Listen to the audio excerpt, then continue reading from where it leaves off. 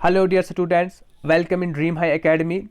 तो जैसा कि हमने आप लोगों से बताया था कि हम अकाउंटेंसी का कोर्स जल्द से ही स्टार्ट कर लेंगे। तो आज से हम आपका accountancy for finance accountant assistant post उसके लिए हम स्टार्ट कर रहे हैं। इसके अलावा भी जो आपके अदर कोर्सेज है, जैसे इंस्पेक्टर के पोस्ट है, सब इंस्पेक्टर के पोस्ट है, उनके लिए भी जीएस का भी पोर्शन आपको मिलेगा। कंप्यूटर के ऑलरेडी 7 लेक्चर्स वहाँ पे अपलोडेड है। यू हैव टू विजिट, एक बार आप वहाँ पे विजिट कर लो। Then after we will resume और कंप्यूटर क्लासेस। ओके, वहाँ पे 7 लेक्चर्स ऑलरेडी है। आप प्ले लिस्ट पे चेक करिए, तो उसके बाद हम उसको भी रिज्यूम कर लेंगे, उसकी क्लासेस को भी। ओके, तो जीएसबी आपका इंस्पेक्टर, सब इंस्पेक्टर, हर एक पोस्ट के लिए हम वो भी अपलोड कर देंगे। चलिए फिर स्टार्ट कर लेंगे अकाउंटेंसी एंड बुक कीपिंग। सबसे पहले जो आपके सिलेबस में है, अकाउंट्स असिस्टेंट के सिलेबस में फाइनेंस, वहाँ पे अकाउंटेंसी एंड बुक कीपिंग आपके सिलेबस में है। सबसे पहले हम ये जान लेंगे कि अकाउंटिंग टर्म्स क्या होती है। सबसे पहले हमें ये जानना है कि क्योंकि हमारे सिलेबस में दिया गया है accounting terms and accounting process, ठीक है ना। तो देखिए, आप सबको पता होगी, पहले आप इस चीज़ को फिलहाल नहीं समझेंगे, ठीक है ना। अकाउंटिंग क्या होती है सिर्फ मैं बताता हूँ, आपको आगे खुद ही बताएंगे। हाँ, ये अकाउंटिंग यही होती है जब आप इन टर्म्स को समझ लोगे। ओके, जब आप इन टर्म्स को समझ लोगे तब आप बता दोगे अकाउंटिंग क्या होती है। अकाउंटिंग एक प्रोसेस होती है, ठीक है ना। ये एक प्रोसेस होती है, एक सिस्टमैटिक प्रोसेस होती है, ठीक है ना, जहाँ पे हम आइडेंटिफाई करते हैं, मेजर करते हैं, रिकॉर्ड करते हैं, क्लासिफाई करते हैं, समराइज करते हैं, इंटरप्रेट करते हैं, कम्युनिकेट करते हैं फाइनेंशियल इंफॉर्मेशन। और आप अभी इसको याद मत रखिए, सिर्फ मैंने आपको बता दिया कि अकाउंटिंग एक प्रोसेस है, आप इतना ही याद रखिए, ठीक है ना। अकाउंटिंग एक प्रोसेस है जहाँ पे हम ये सब चीज़ें करते हैं, चाहे आइडेंटिफाई जो कुछ भी करते हैं, ठीक है ना। ये फिलहाल आप याद मत रखिए, सिंपली आप याद रखिए अकाउंटिंग एक प्रोसेस है और ये सिस्टमैटिक प्रोसेस है, ठीक है ना। एक सिस्टमैटिक प्रोसेस है और इससे हमें इंफॉर्मेशन कुछ आती है, इससे हमें पता चलती है कि रिसोर्स अवेलेबल कितना है हमारे बिजनेस में। अब आई यहाँ पे टर्म बिजनेस। ओके, इसीलिए सबसे पहले हम बिजनेस अकाउंटिंग टर्म्स को सीख लेंगे, उसके बाद आप खुद ही इस प्रोसेस को जान लोगे, आप खुद ही बता दोगे हाँ हमें पहले आइडेंटिफाई करना है कौन सा बिजनेस नेचर का है, कौन सा नॉन बिजनेस नेचर का है, ठीक है ना। फिलहाल आप इसको याद नहीं रखेंगे, 2-3 लेक्चर्स के बाद आप खुद ही बता देंगे कि अकाउंटिंग क्या प्रोसेस होती है। ओके, और उसके बाद दूसरा रिजल्ट आता है कि हमारे पास जो भी रिसोर्सेज थे उसको किस तरह से हमने यूज किया है, how resources have been employed. ये रिजल्ट्स है अकाउंटिंग की, ठीक है। जब हम अकाउंटिंग करते हैं तो ये 3 रिजल्ट्स हमारे पास आते हैं कि हमारे पास कितना रिसोर्स अवेलेबल है, हमने उस रिसोर्स को किस तरह से एम्प्लॉय किया है और हमारे पास जो रिजल्ट आया, ठीक है, result achieved by the users, वो यूजर्स तक पहुंच गया। ओके, तो फिलहाल आप इस चीज़ को, इस वाले पोर्शन को आप भूल जाओ। ओके, सिर्फ याद रखना है कि अकाउंटिंग एक प्रोसेस होती है। अब अकाउंटिंग टर्म्स पे आएंगे। सबसे पहले अकाउंटिंग टर्म्स, जब भी आप बिजनेस की दुनिया में जाओगे, ओके, जब भी आप सोच रहे हो कि आपको कोई बिजनेस खड़ा करना है, कोई बिजनेस सेट करना है, ओके, तो तब आपको अकाउंटिंग टर्म्स खुद ब खुद समझ आ जाएंगी, क्योंकि आपके बिजनेस में ही ये सारी चीज़ें बिजनेस के रिलेटेड है और आपके बिजनेस में ही आपकी अकाउंटिंग टर्म्स सारी आ जाएंगी। सपोज आप खुद से सोच लीजिएगा, यहाँ से आपका टॉपिक अभी स्टार्ट होगा जो अकाउंटिंग टर्म्स है, ठीक है, यहाँ से ध्यान रखना।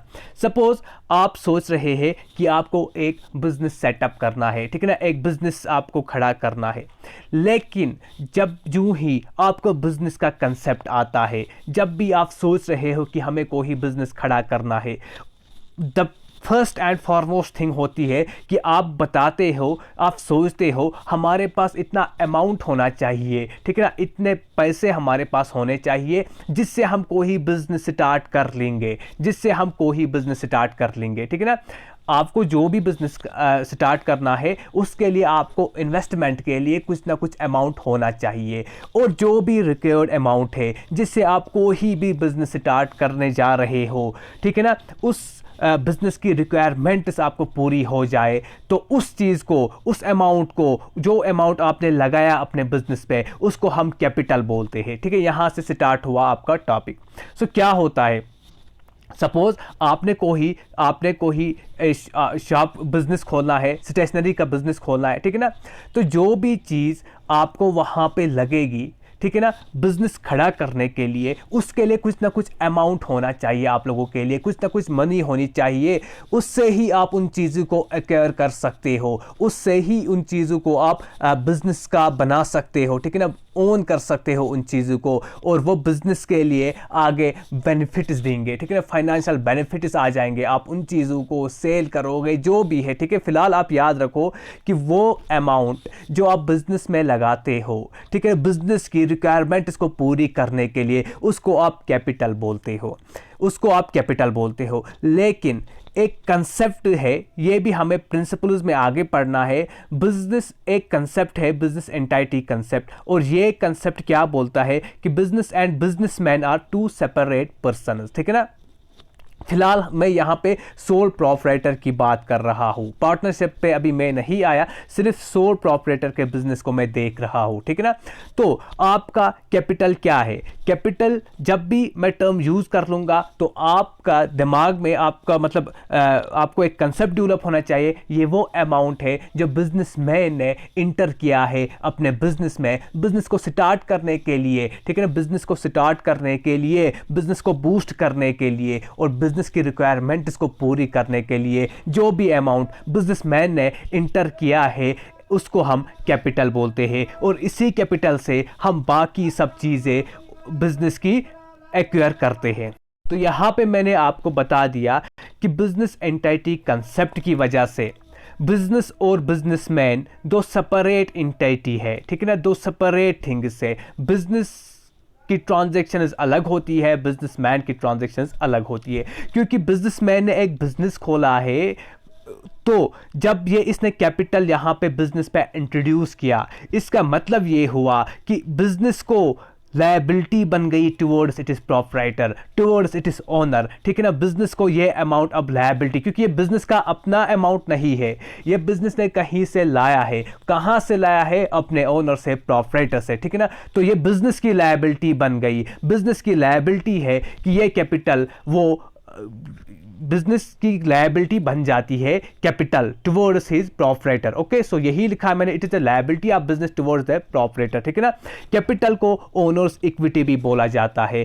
मैं सिर्फ बात कर रहा हूं सोल प्रोप्राइटर की, जहां पे सिंगल ओनर होता है। ओके, तो आई होप आपको कैपिटल समझ आया होगा। कैपिटल क्या होता है? वो अमाउंट जो इन्वेस्ट करता है प्रोप्राइटर बिजनेस में, ताकि वो बिजनेस की जो भी रिक्वायरमेंट्स है उनको पूरी कर लेगा। क्या रिक्वायरमेंट्स होती है बिजनेस की? सपोज आपने सोचा कि हमें कोई बिजनेस खोलना है, उसके लिए आपको कोई बिल्डिंग होनी चाहिए जहां पे आप मैन्युफैक्चर करोगे कोई चीज़ों को, ठीक है ना, या जहां पे आप स्टॉक को डंप कर सकते हो। तो बिजनेस में कौन सा अभी बिल्डिंग की बात आई, तो उसको आपको एक्वायर करना है, ठीक है ना। उस बिजनेस उस बिल्डिंग को आपको एक्वायर करना है, आपको परचेज करना है, जो भी करना है, बट ये बिजनेस का ही होना चाहिए, तभी हम बता देंगे कि ये एसेट बन गया। इसका एसेट का नीचे कंसेप्ट आएगा। फिलहाल आप याद रखो, आपने जब भी सोचा आपको बिजनेस चाहिए, तो उसके लिए आपने सबसे पहले ये सोचा कि हमारे पास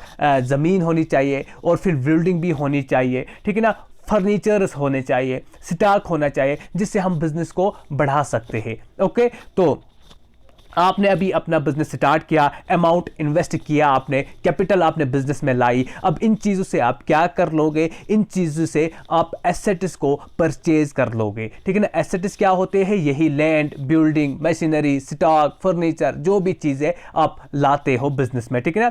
तो एसेट्स की अगर बात कर लेंगे, एसेट्स क्या होते हैं? एसेट्स प्रॉपर्टी होती है बिजनेस की। आप सिर्फ उन चीज़ों को एसेट बोल सकते हो जो प्रॉपर्टी होगी बिजनेस की, मतलब उसको बिजनेस ने ओन किया होगा, उसको बिजनेस ने ओन किया होगा, और उनकी कोई फाइनेंशियल, उनकी कोई मॉनेटरी वैल्यू होगी, यानी कि उनको हम मनी में मेजर कर सकते हैं, मनी टर्म्स में मेजर कर सकते हैं। सो एसेट्स क्या होते हैं? जो भी चीज़ बिजनेस ने एक्वायर किया होगा और ओनर्ड बाय द बिजनेस, यानी कि ये बिजनेस का ही होगा, इस पे ओनरशिप बिजनेस की ही होगी, और इकोनॉमिक रिसोर्स होता है ये बिजनेस का, मतलब कि ये बेनिफिट्स देगा। जब भी आप चाहो आप इसको सेल कर सकते हो, यानी कि जब भी आप चाहो आप इसको कन्वर्ट कर सकते हो मनी में। It can be converted into cash, money, whatsoever. So assets क्या होते हैं? ये प्रॉपर्टी होती है बिजनेस की, मतलब कि ये ओन करते हैं बिजनेस, ठीक है, बिजनेस ही इसको ओन करता है और इसके कोई इकोनॉमिक रिसोर्स होता है और मॉनेटरी वैल्यू भी होती है। जब चाहे हम इसको कन्वर्ट कर सकते हैं कैश में। अब करेक्टरिस्टिक्स ऑफ एसेट्स, ठीक है ना, एसेट्स के कुछ करेक्टरिस्टिक्स होते हैं। ये पहले ही मैंने आपको बता दिया कि ये business ownership of business is must, so should be owned by business, ठीक है। Can be measured in monetary terms, और रिसोर्स ऑफ बिजनेस होता है। ये क्या होता है रिसोर्स? मतलब ये बिजनेस को बेनिफिट देता है, बिजनेस को इकोनॉमिक बेनिफिट देता है इन फ्यूचर, ठीक है ना, बिजनेस को इकोनॉमिक बेनिफिट देता है इन फ्यूचर। जैसे कि आपका लैंड है, बिल्डिंग है, मशीनरी है, स्टॉक है, कैश है। ओके, इन सब चीज़ों को हम डिस्कस कर लेंगे वन बाय वन। सपोज आपके पास बिल्डिंग है, अगर बिल्डिंग नहीं होती तो आप अपने एसेट्स कहाँ पे रखते, आप अपनी मशीनरी कहाँ पे रखते, अपना स्टॉक को कहाँ पे रखते, ठीक है ना। तो इसीलिए बिल्डिंग आपका रिसोर्स है, ये बेनिफिट देता है, और जब आपको मर्जी है तब आप इसको बेच सकते हो, यानी कि कन्वर्ट कर सकते हो कैश में, कन्वर्ट कर सकते हो मनी में, किसको? बिल्डिंग में। बट अगर यही बिल्डिंग आप रेंट पे लेते हो तब ये आपके बिजनेस का एसेट नहीं माना जाएगा। क्यों? क्योंकि हमने देखा कि एसेट्स में ओनरशिप मस्ट होती है बिजनेस की। अगर बिजनेस ने इसको एक्वायर किया है, ओन किया है, तभी हम इसको एसेट ऑफ द बिजनेस मानते हैं, ठीक है ना। अगर रेंट पे आपने किसी बिजनेस को लिया, ठीक है ना, तो ये बिजनेस का एसेट नहीं माना जाएगा। ओके, तो ये थे एसेट्स के बारे में। अब क्लासिफिकेशन ऑफ एसेट्स, अब देख लेंगे हम एसेट्स की बात। और कैपिटल जब आपने इंट्रोड्यूस किया तब ही आपके बिजनेस के पास पैसा आ गया, तभी अमाउंट इसके पास पहुंचा, और तभी आपका बिजनेस एसेट्स को परचेज कर सकता है, एक्वायर कर सकता है। तभी लैंड, तभी बिल्डिंग की बात की हमने। जब हमारे पास कैपिटल है, जब हमारे पास पैसा है, तभी हम ये रिक्वायरमेंट्स है बिजनेस की, इन रिक्वायरमेंट्स को फुलफिल करते हैं। सो यहाँ पे आपका कैपिटल, तो यहाँ से ही कैपिटल ही कम होता है, कैपिटल ही रिड्यूस होता है, और हमारे पास एसेट्स आ जाते हैं, ठीक है ना। तो एसेट्स में हमने देखा लैंड है, बिल्डिंग है, कैश है, स्टॉक है, ठीक है ना। ओके, अब हम देखेंगे क्लासिफिकेशन ऑफ एसेट्स। दो तीन तरह की क्लासिफिकेशन है, ठीक है ना। एक on the basis of physical existence, और आप ये बात याद रखेंगे कि आपने जब भी कोई बिजनेस स्टार्ट किया तब आपने कैपिटल इंट्रोड्यूस किया, और कैपिटल से हम अब इन एसेट्स को एक्वायर करते हैं। ओके, जो भी बिजनेस, सपोज आप मोबाइल शॉप का ही बिजनेस देख लो, वहाँ पे आपको क्या क्या चीज़ें ज़रूरत है, ठीक है, क्या क्या चीज़ें आपकी बिजनेस के लिए नीडफुल है। तो नंबर फर्स्ट आपको शॉप होनी चाहिए, यानी कि बिल्डिंग होनी चाहिए। उसके बाद फर्नीचर्स होने चाहिए। जिस चीज़ की भी आप एसीज लाओगे, जो चीज़ भी आप लाओगे सिर्फ इस पर्पज़ के लिए कि ये बिजनेस की रिक्वायरमेंट है, तब आप उसको एसेट बोलोगे। और वो तीन कैरेक्टरिस्टिक्स होने चाहिए, यानी कि ये बिजनेस ने ही ओन किया है, और it can be converted into cash, ठीक है, जब भी बिजनेस चाहेगा। ओके, अब क्लासिफिकेशन ऑफ एसेट्स की बात कर लेंगे हम on the basis of physical existence, ठीक है ना। एक टेंजेबल एसेट्स होते हैं, दूसरा इनटेंजेबल एसेट्स होते हैं, ठीक है ना। टेंजेबल क्या होता है? टेंजेबल से सिंपली याद रखो टच, और इनटेंजेबल से आप इसको टच नहीं कर सकते। Those assets which have physical existence, physical existence मतलब इसको हम टच कर सकते हैं, इन एसेट्स को हम टच कर सकते हैं, देख सकते हैं। Those assets are tangible assets. For example, आपके बिजनेस की लैंड है, आपने कोई इंडस्ट्री खोली, वहां पे लैंड है, आपके बिजनेस की अपनी लैंड है, ठीक है ना। तो ये इसको आप टच भी कर सकते हो, आप देख भी सकते हो। So it is the tangible assets. और एसेट क्यों है? क्योंकि ये बिजनेस ने ही ओन किया है, और बिजनेस को ही ये बेनिफिट करता है, और जब चाहो आप इसको कन्वर्ट कर सकते हो कैश में। ओके, बिल्डिंग भी एसेट है हमारे बिजनेस की। मशीनरी, जो भी मशीनरी, सपोज आपको कोई मैन्युफैक्चरिंग के लिए काम करना है, ठीक है ना, जो भी मशीनरीज आप वहां पे लाओगे, बिजनेस के लिए ही लाओगे, क्योंकि बिजनेस की ही ज़रूरत है, बिजनेस को ही इकोनॉमिक बेनिफिट हो जाएगा, तो इसीलिए ये भी आपका एसेट बन जाएगा। बट कौन सा एसेट? इसको आप टच कर सकते हो, इसको आप देख सकते हो। So these are tangible assets. अब क्या एसेट्स tangible होते हैं? those assets which have the physical existence that can be seen with the eyes and can be touched। ठीक है, इनको हम टच कर सकते हैं और आंखों से देख भी सकते हैं, जैसे आपका लैंड है, बिल्डिंग है, मशीनरी है, एक्सेट्रा। उसके बाद हम इंटेंजिबल एसेट्स पे आएंगे। इंटेंजिबल एसेट्स क्या होते हैं? Intangible assets those assets which do not have any physical existence. ठीक है ना, वो एसेट्स जिनकी कोई फिजिकल एग्जिस्टेंस नहीं है, इनको हम टच नहीं कर सकते, इनको हम देख नहीं सकते। तो किस तरह से इनको हम एसेट्स बोलते हैं? जैसे कि आपका गुडविल है, ठीक है ना। गुडविल क्या होता है? गुडविल रेपुटेशन ऑफ कंपनी होता है, बिजनेस होता है। सपोज आप इस वक्त मार्केट पे देख रहे हो रेडमी, सपोज, ठीक है ना, रेडमी का मोबाइल जो भी है मार्केट में, इसका नाम बहुत अच्छा है, ठीक है ना। तो इसने ये गुडविल क्रिएट किया है over the number of years, ठीक है ना, बहुत नाम कमाना। सिंपली आप याद रखो कि अपना नाम बनाना, इसको हम गुडविल बोलते हैं, ठीक है ना। गुडविल नाम बनाना, reputation of the company, reputation of the business, जिस हिसाब से वो अपना नाम बनाएगा उसको हम गुडविल बोलते हैं। ओके, दूसरा होता है पेटेंट्स। जैसे कि सपोज पेटेंट राइट ज्यादातर फार्मास्यूटिकल कंपनीज से होता है, ठीक है ना। किसी ने कोविड का फॉर्मूला दिया, ठीक है ना, किसी ने रिसर्च करके कोविड का फॉर्मूला निकाला और वो उसी फार्मूला को किसी फार्मास्यूटिकल कंपनी से एग्रीमेंट कर लेगा कि मैं ये आपको फार्मूला दे रहा हूँ, आप इसके बदले मुझे पे करिए। ये फार्मास्यूटिकल कंपनी जो है इसके लिए पेटेंट राइट आया, मतलब इसने इसको सेल किया, ठीक है ना, इसने इसके लिए पेटेंट राइट आ गया। तो अब यही फार्मास्यूटिकल कंपनी के पास राइट है कि वो इसके वैक्सीन बनाएगा कोविड का, ठीक है ना, जो भी है फार्मास्यूटिकल कंपनी ये स्पेसिफिक ड्रग बनाएगी। ओके, तो इसका राइट अब किसी और के पास नहीं, सो पेटेंट राइट उन्हीं के पास है। तो ये भी अब इनका रिसोर्स बन गया, ठीक है, ये भी इनका एसेट बन गया, क्योंकि ये आगे इसको बेच देगी, ठीक है ना, या ये भी कर सकता है कि ये इकोनॉमिक बेनिफिट भी देता है इनको, ठीक है ना। उसके बाद ट्रेडमार्क एक्सेट्रा, कॉपीराइट भी आप इसको रख सकते हो। गुडविल आप देख सकते हो नहीं, आप इसको टच भी नहीं कर सकते, बस सिंपली नाम के पीछे हम जा रहे हैं। रेडमी का ब्रांड अच्छा है तो हम इसका फोन ले रहे हैं, ठीक है ना, इसीलिए गुडविल भी इंटेंजिबल एसेट आएगी, क्योंकि ये भी कंपनी को, ये भी बिजनेस को इकोनॉमिक बेनिफिट दे रहा है। ओके, पेटेंट्स भी आपका इंटेंजिबल एसेट है, ट्रेडमार्क भी इंटेंजिबल एसेट्स है। अब these can be either acquired और क्रिएटेड। देखिए, लेकिन tangible assets they can only B acquired, इसको हम क्रिएट नहीं कर सकते। फर्नीचर हमें एक्वायर करना है, ठीक है ना, बिल्डिंग हमने एक्वायर करनी है, मशीनरी हमने एक्वायर करनी है। बट अगर आप गुडविल की बात कर लोगे, गुडविल हमेशा आप क्रिएट करते हो, ठीक है ना, नाम अपना खुद बनाते हो, क्रिएट करते हो। पेटेंट इसको एक्वायर करते हो, कोई भी आपको एक्वायर कर, यानी कि कोई भी फार्मास्यूटिकल कंपनी किसी इंसान से, किसी आदमी से ये एक्वायर करती है, लेती है, ठीक है ना, ये राइट्स लेती है कि आप हमें ये राइट्स दे दो, एक एग्रीमेंट में आ जाते हैं। ओके, सो ये आपके इंटेंजिबल एसेट्स थे। फिलहाल आपको याद रखना है कि एसेट्स क्या होते हैं। एसेट्स वो चीज़ होती है जो कंपनी के होते हैं या बिजनेस के होते हैं, मतलब ओनरशिप सिर्फ बिजनेस की होती है और उनको हम कैश में कन्वर्ट कर सकते हैं। ओके, और वो रिसोर्सेज होते हैं, इकोनॉमिक रिसोर्सेज होते हैं वो बिजनेस के।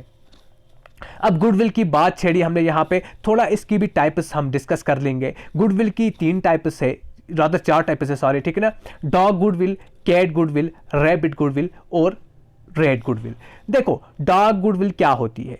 डॉग की एक कैरेक्टरिस्टिक होता है, ठीक है ना, कि ये फेथफुल होता है पर्सन को, लॉयल टू द पर्सन, ठीक है ना। डॉग हमेशा किसी पर्सन का फेथफुल होता है, ना कि इंस्टीट्यूशन का, ठीक है ना। इंसान के पीछे वफादार होता है कुत्ता, ओके, इंस्टीट्यूशन से नहीं। सो सपोज मिस्टर ए ने कोई बिजनेस यहाँ पे स्टार्ट किया, मिस्टर ए ने बिजनेस स्टार्ट किया, तो ए जो है ये नाम है इसका, ओके, ये पर्सन है, mister A is the person, और इसने जो बिजनेस किया वो इसका इंस्टीट्यूशन है, ठीक है ना। कहीं पे भी सेटअप किया बिजनेस, इंस्टीट्यूशन बन गया इसका। ओके, तो डॉग गुडविल कौन सी गुडविल होती है, यानी कि इस पे वो कस्टमर्स होंगे जो मिस्टर ए पे ट्रस्ट करते हैं, मिस्टर ए से, यानी कि they are loyal to mister A. Okay, जहां पे भी अगर सपोज मिस्टर ए ने इस बिजनेस को छोड़ दिया, कहीं दूसरा या कहीं दूसरी जगह पे बिजनेस स्टार्ट किया और दूसरा बिजनेस स्टार्ट किया, ठीक है ना, यहाँ पे मोबाइल शॉप का था, अब यहाँ पे स्टेशनरी के पीछे ये गया, ठीक है ना, तो इसने इस इंस्टीट्यूशन को छोड़ दिया, तो कस्टमर्स इस पे ट्रस्ट कर रहे हैं और इस इंस्टीट्यूशन पे पीछे नहीं जा रहे बल्कि मिस्टर ए के पीछे जा रहे हैं। Okay, this is the dog goodwill, जहां पे कस्टमर्स जो होते हैं, people are loyal to the person not to the institution. दूसरा होता है कैट गुडविल। गुडविल कैट की हमेशा एक कैरेक्टरिस्टिक रहती है कि ये फेथफुल होती है इंस्टीट्यूशन को। हूसोएवर रन्स द इंस्टीट्यूशन, जो भी इंसान इस बिजनेस को डील करता है, जिस भी इंसान का ये बिजनेस है, कैट वो नहीं देखती है। कैट गुडविल में क्या होता है कि जो भी बिजनेस है, इंस्टीट्यूशन है, ठीक है ना, उसके पीछे कस्टमर जा रहे हैं। सो ये फेथफुल होता है to the institution not to the person. उसके बाद रेबिट का भी एक कैरेक्टरिस्टिक होता है कि ये जहां पे अपने आसपास चीज़ें मिलेंगी इसको, वो अपने वेसिनिटी पे ही देखेगा, ज़्यादा बाहर नहीं जाता है रेबिट। सो ये उस तरह की गुडविल होती है जहां पे कस्टमर्स अपनी लोकेलिटी पे ही सर्विसेज अवेल करते हैं। ओके, अपनी लोकेलिटी से बाहर नहीं जाते हैं। सो ये थी आपकी रैबिट गुडविल। अब next is your rat goodwill. Rat goodwill क्या होता है? रेड गुडविल, इसको यानी कि रेड गुडविल नीदर फेथफुल, ये ऐसे कस्टमर्स होते हैं जो न कि पर्सन को फेथफुल होते हैं न कि इंस्टीट्यूशन को फेथफुल होते हैं, बट इनको जहाँ पे बेनिफिट्स मिलेंगे ये वहाँ पे जाएंगे, जहाँ पे इनको फ़ायदा मिलता है ये वहाँ पे जाते हैं। जैसे कि रेड बड़ा ही ये होता है, ठीक है ना, जहाँ पे भी इसको बेनिफिट मिलेगा वहाँ पे ये जाते हैं। सो कुछ इस तरह के भी कस्टमर्स होते हैं। ओके, तो आई होप आप लोगों को ये क्लियर हुआ होगा। आगे हम इनको और भी डिस्कस कर लेंगे। आज का आपका जो लेक्चर था सिंपली आपको समझाने के लिए और इंट्रोड्यूस करवाने के लिए कुछ टर्म्स के साथ, ठीक है ना, बहुत सारे टर्म्स हैं, उनको भी डिस्कस कर लेंगे वन बाय वन। तो फिलहाल यही जान लेंगे कि आपको कितना समझ आया है, अकाउंटेंसी कहाँ पे, ठीक है, और अपना फीडबैक भी देते रहेगा। इसकी PDF आपको हमारे dream High academy Telegram channel पर भी मिलेगी। Thank you very much, thank you so lot.